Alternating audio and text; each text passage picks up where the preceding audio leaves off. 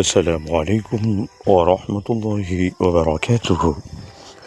உங்கள் அனைவரின் மீதும் ஏக இறைவனின் சாந்தியும் சமாதானமும் உண்டாகட்டுமாக.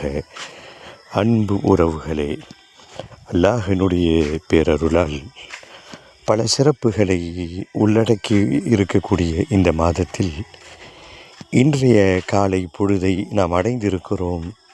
இதனுடைய சிறப்பை கொஞ்சம் கூர்ந்து கவனியுங்கள். பெருமானார் ஸல்லல்லாஹு அலைஹி வஸல்லம் அவர்கள் பல நற்செய்திகளை இஸ்லாமிய சமூகத்திற்கு வழங்கியிருக்கிறார்கள். அதிலே ஒன்றுதான் நாட்களிலே சிறந்த நாள் வெள்ளிக்கிழமை.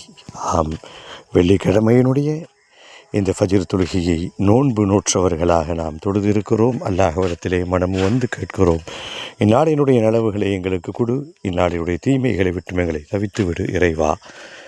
கிருபையாளனே, தொடர்ந்து பயணிப்போம், பேசுவோம் இன்ஷா அல்லாஹ்.